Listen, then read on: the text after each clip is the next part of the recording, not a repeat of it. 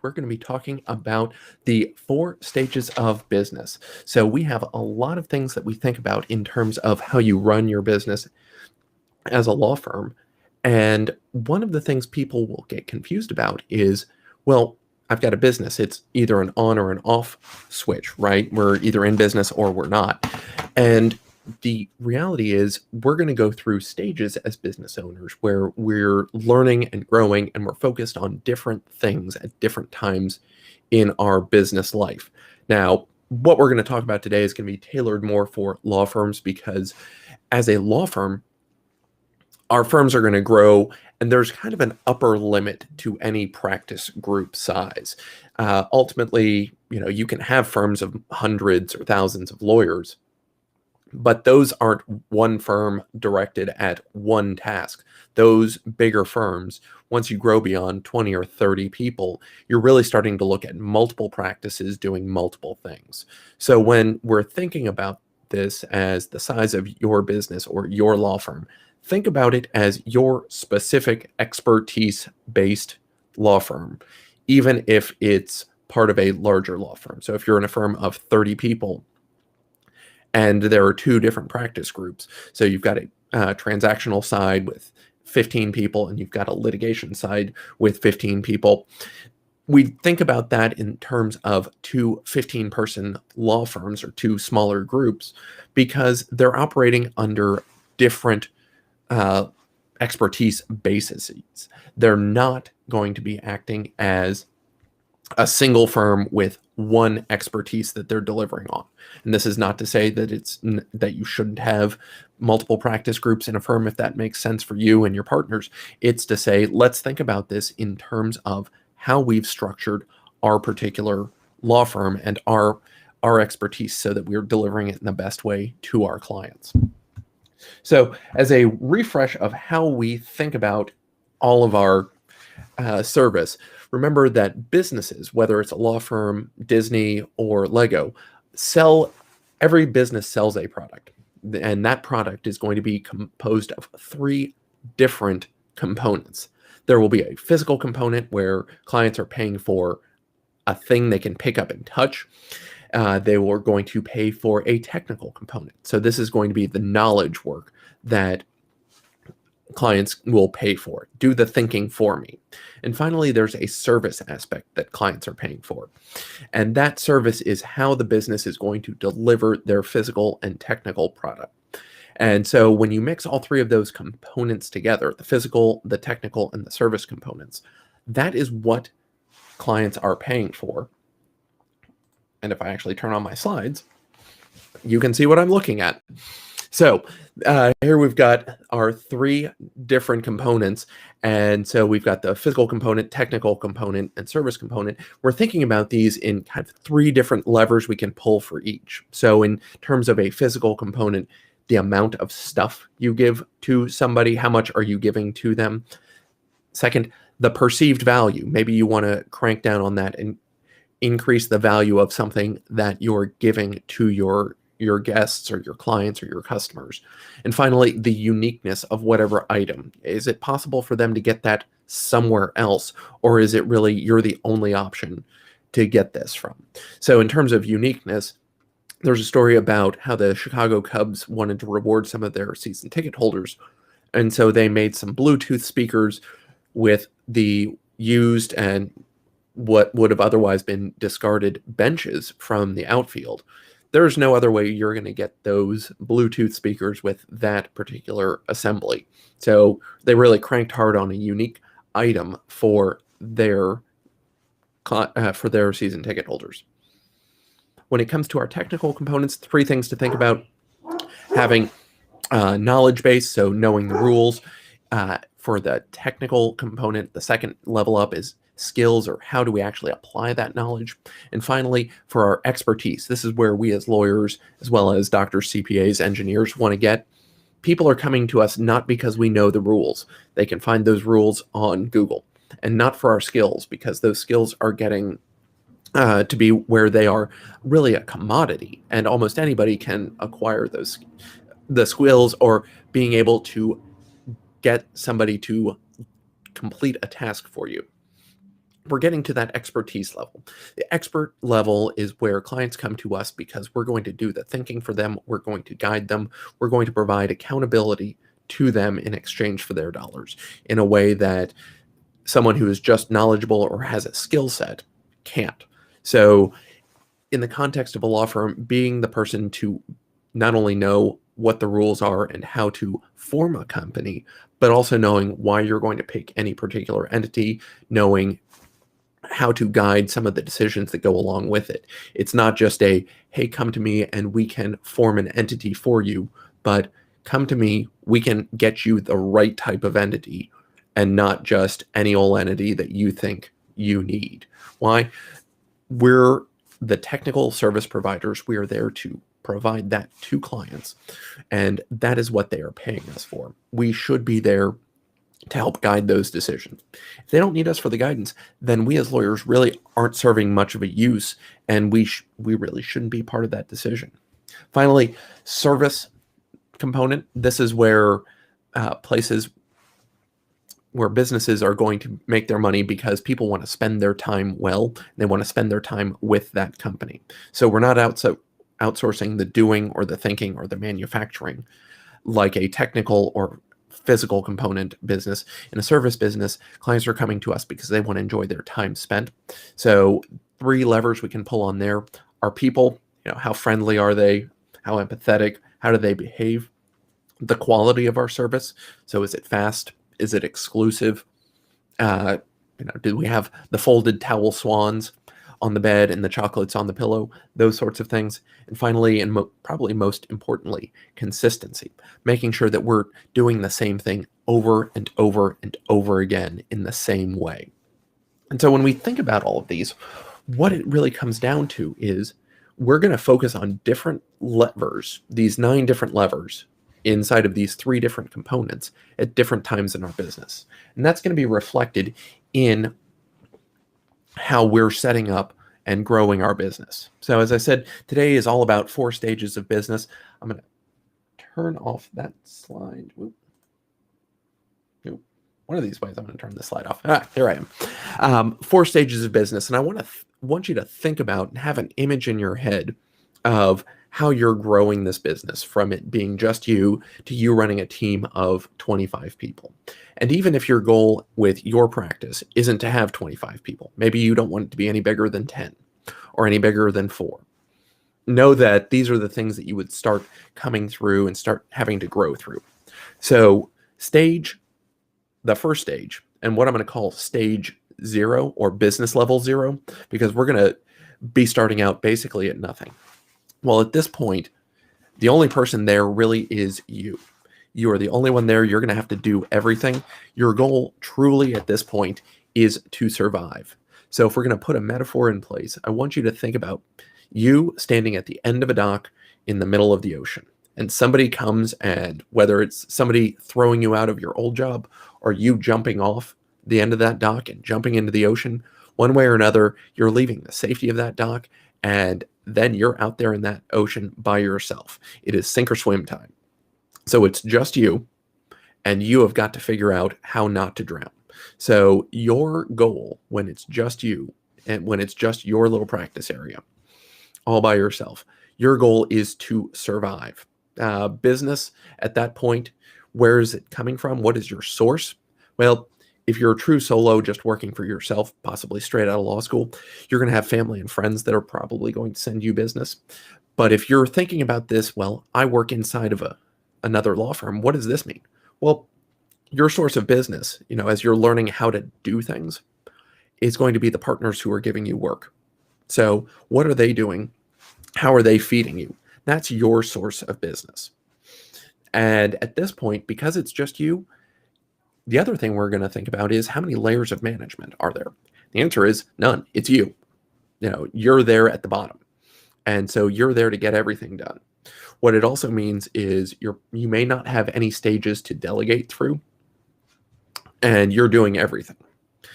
Something else to think about, well, what do you know about your business? What kind of data, key performance indicators, KPIs are you looking at?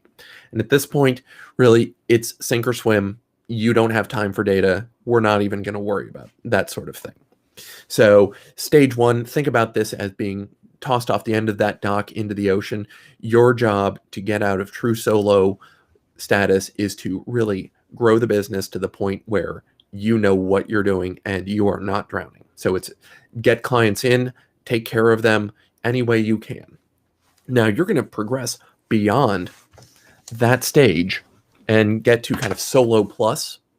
So this is what I'm going to call the second stage of business. We're going to call it business level 1. So when we got tossed out, that was business level 0. But it's now going to be business level 1, where you're rocking it along. You know what you're doing. You may even have some people working for you, but you probably don't have many. So you've gotten to the point where you have learned how to survive as a practice. So you know how to get money in, you know how to pay bills, you know how to pay other people and work people through your system.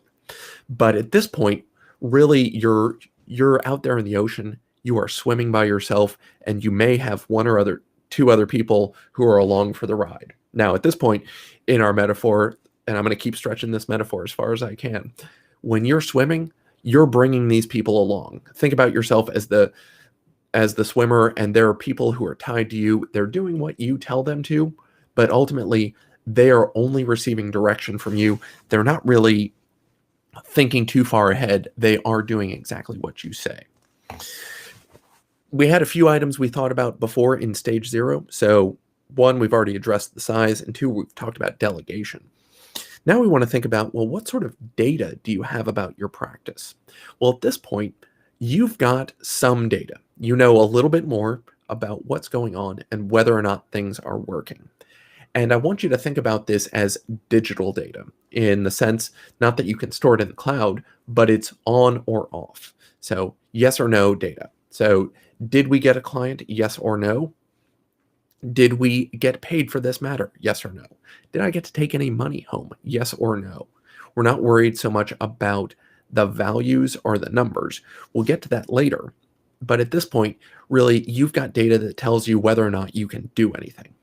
And when I was going back and thinking of these stages, and we'll have an episode with Adam Anderson on the podcast soon, depending on the release dates, this live stream may be in your feed before or after that. So if you're getting a little confused or want to hear a different perspective on this, go find the episode with Adam Anderson, and he will be able to give you his version of this, because a lot of this is adapted from him.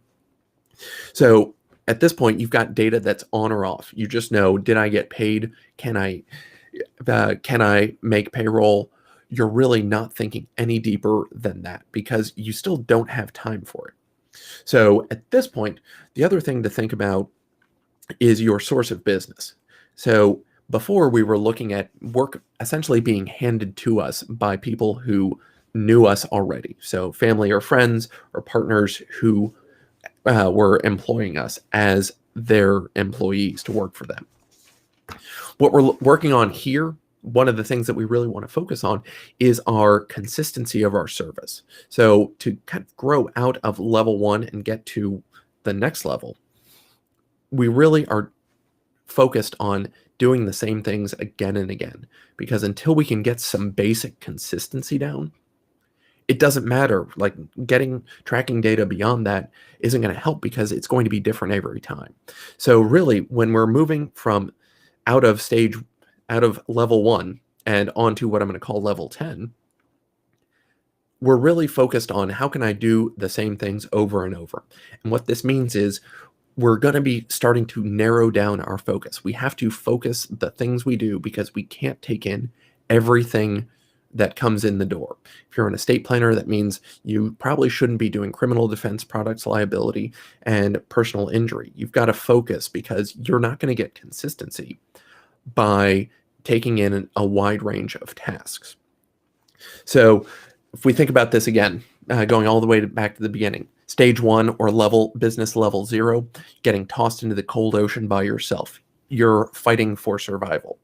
Once you can successfully not drown, you're going to be at business level 1, and you're going to start growing through that level, and you're going to keep growing until you get to business stage 3 or business level 10. And I know I'm mixing numbers, but the reason is, you're going from 0 to 1, and then you're going 1 to 10. And what you should be thinking about is that level 3, we're scoring it as a 10 because what you did to get from 0 to 1, you can't stay at that same pace. If you've got to increase and change how you're working to adapt so you can grow to a level 10. So think about it as like a logarithmic scale. Things are going to go at one level, and then we're going to keep increasing, but we've got to increase at a faster rate if we ever want to hit that level 10. So level 10, we're starting to think about our practice as its own small firm. Before we had staff, maybe 1 or 2 people, but really at small firm stage, you're going to start seeing this once you get to about 8 or so, maybe around 10 people. So we've tripled in size from that level 1, because what we're doing now is we've got 8 or so people. There's a lot going on. And you, as the head of this firm, you really need to start thinking about how things get done, because it's more than just consistency. You're running out of hours. Before, when it was just you and 1 or 2 people, you could kind of manage everything going on without too much else. But at this point, for you to grow into that level 3 business score 10, you have got to get more things off your desk so you can focus on being the expert. Because if you're getting distracted from this with the minor tasks every day, this is going to be a problem. Like, ultimately, lawyers aren't getting paid to do the basic tasks or running payroll or any of the behind the scenes stuff. We're hired to move the needle for clients. And what that means is that we're going to have to focus on doing just that. How do we deliver our greatest value to clients? And anything that doesn't fit within that, well, we've got to delegate that. So when we're moving out of, that solo plus into the small firm level, we've got our staff, but ultimately we can't have them act as a drag on us. So instead of us just swimming and dragging them along, what we're doing in this small firm section is we're building a platform. And you may want to, instead of thinking of it as a platform, think of it as a raft. You're building this raft from the pieces around you. Your staff are all going to be on this raft so that you can start moving forward together. And it's not just you dragging them along, but you're all pulling in the same way together. Now, before we talked about the size, think about the data that you can start getting at this level of business. When your business score, when you've scaled up and you're now at 10, well, what's happening is that you are doing things consistently, and you're focused on your expert status, how you can deliver value to clients in a way that they are looking for. They don't care that you can get the coffee or order copy paper. They're looking for you to come in and make a difference.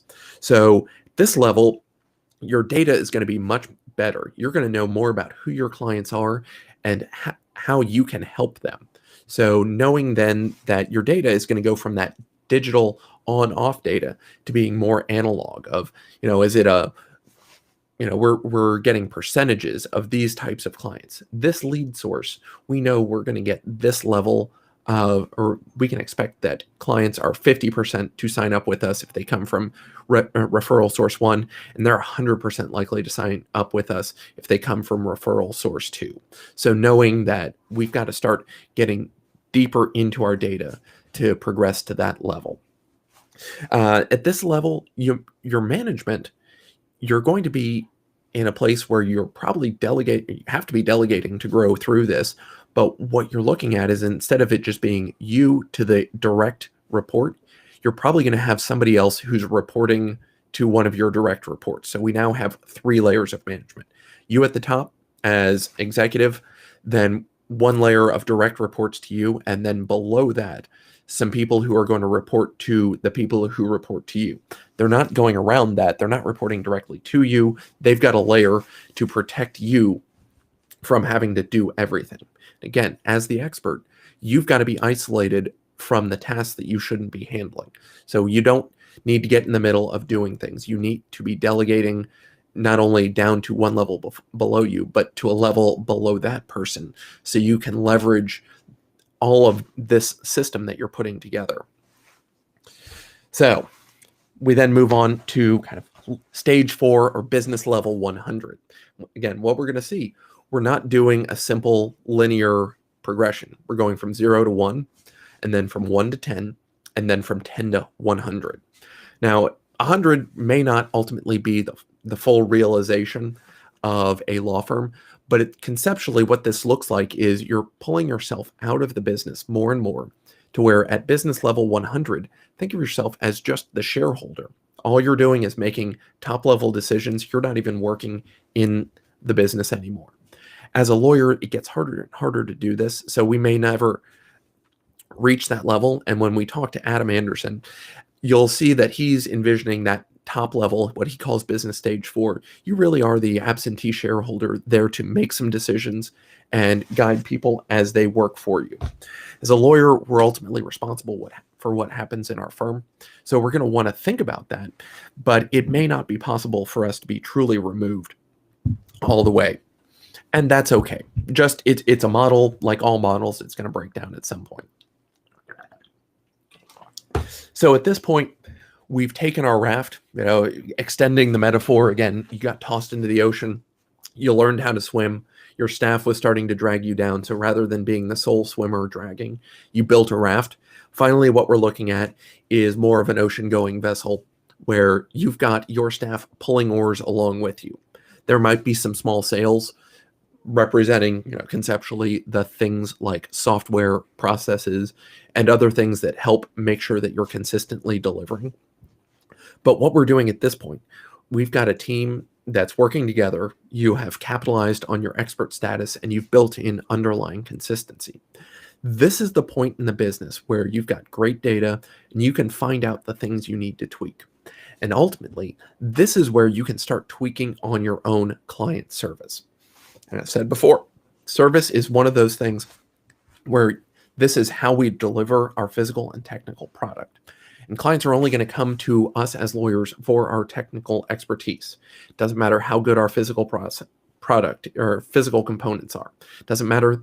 Clients aren't going to hire us for our fancy offices or the high-end coffee that we serve. They're going to hire us for our technical skills. They're not going to hire us at the first for our service beyond knowing that we can get the job done. Again, we're hired to be the technical experts, and we need to remember that. So no amount of spending on physical or service components is going to ultimately make you into some business that people just want a thing from. So clients aren't going to come to us for our drink menu or our omelet menu or the steaks we have at night if you happen to be there. Those are nice things, but nobody's going to hire you just because you have access to something like that. Similarly, no matter how good your experience is as a law firm, clients aren't going to hire you for that without hiring you to also do something. So if you needed a divorce, sure, you'll compare law firms based on the service that they can deliver. But ultimately, you're not going to go hire a family law firm to get to experience their service without needing that divorce as a precondition. And so we want to always keep that in mind. We can pull the lever hard on making our service and physical components better, but it's never going to be able to eclipse the value that we deliver as technical experts. And so the critical thing to remember in this model is we'll focus first on consistency, making sure that we can deliver this again and again. We're not as focused in that solo and solo plus stage of being the technical experts. We're focused on consistently delivering, making sure we've got some basic process to get things out the door. It's once we go to that small firm, business level 10 and above, that we are focused on being the expert, because that's why people are going to hire us. If they aren't hiring us as the expert, then we're in a different type of competition where we're competing with people based on our price and maybe very little else. And so that's where we don't want to waste our money. We don't want to start thinking about the marketing gimmicks of, let me send you Starbucks gift cards, or if I send you some cool swag, then you'll hire me. That's not even part of your product. That's you spending money to try and lure somebody in. No, this business level 10 to when we're here at the small firm stage, what we're focused on is developing our expertise. And it's once that we're that recognized expert that we can really get out and we are in our own little ocean. We're moving along because we don't have as much competition with other lawyers. We've got to be more than just a replacement value lawyer in the eyes of the market for us to really grow. So it's developing that expertise. And if you can do the same job that anybody else can, why would they hire you and why would they pay more? They wouldn't. So it's when we're really humming along that we're the experts, that's when we want to start focusing on the higher level service of we're sending the surprise gifts to clients, making things nicer. And if you get this out of sorts, if you start thinking, well, no, I'm going to do the Zappos level service where we sit down and everybody's supposed to stay on the phone for up to 12 hours with a client if they need that. You can't afford that before you're the expert. You've got to be able to focus on getting business done. And if you're focused on getting business on these unreasonable service goals held up by venture-backed companies that can afford to spend this money, you're looking at the wrong thing. We've got to be focused on being the expert, and by being the expert, we can then grow to a point where we can improve the service touches. But before we get to be that expert, we really have to just focus on consistency and getting things done so that we've got a working business. Once we're there, we can improve and think about how we can make our firm better. But it's not until then that we can actually do that. So I'm going to close things down. Let's go back through everything. We'll kind of bring this back. Bring back up the slides. There we are. Business, here are what we sell. 3 components: the physical component of how much of a thing we're selling. Is it 0 of something? When they hire a law firm, they're hiring us for 0 steaks and omelets and drink menus. For perceived value, how many dollars would they be willing to pay for this? So if we're able to put something together, regardless of our cost, what would the client be willing to pay for it? If we can put together that iPod and send it to them with all of the knowledge that we've got, there's going to be a higher perceived value for that. Then uniqueness of that physical product. How many of these are available in the universe? That's what we're going to think about. Technical component, the second component, and this is where lawyers live. We're going to go from our knowledge base, so what we learned in law school as the basic rules, to skills when we get out into practice and actually doing and implementing things. So how do we do this? And finally, expertise. Which skill are we employing? Which method are we going to undertake to achieve the result for the client? Finally, the service component. So how we're delivering those physical and technical components. Looking at our people. So they're the ones who deliver our service, the quality of that service. So how are we delivering it? And finally, the consistency. How often are we actually delivering at that level? We roll all those together, and that's what our business is selling. We then look at the 4 stages of our business. So again, stage 1 in Adam Anderson's method, or level 0 in my thoughts on this. You're tossed into the ocean and your job is just sink or swim. We have no real data at this point because we're focused on surviving. We'll grow to business level 1. So we're going from 0 to 1. We're learning to swim. We are out there on our own. We may have a staff member or 2, but we're really swimming in the current by ourselves. We're going to then have to upgrade what we're doing and grow to business level 3. Business level 10. And this is where we're building out that conceptual raft for our business. We're capitalizing on the consistency we built so that we can focus on our expertise. And we're going to focus on that expertise until we can really break through and be in that category where people know when to call us. And it's not just folks off the street, but our competitors are actually picking up the phone and sending us business because we have something that they don't have. It's that expert status in a particular niche. Finally, we're going to be growing towards possibly a mythical business level 100, or as Adam put it, business level 4, where we're going to put things in a place where we can we are less hands-on. We may be working a little bit in the business, but ultimately we're delivering for our clients on a highly tuned basis, and we can really focus on that service aspect again. At the beginning, we just needed to get the basic consistency down, but ultimately, once we've grown beyond that continuing existence of the business, and we're really working on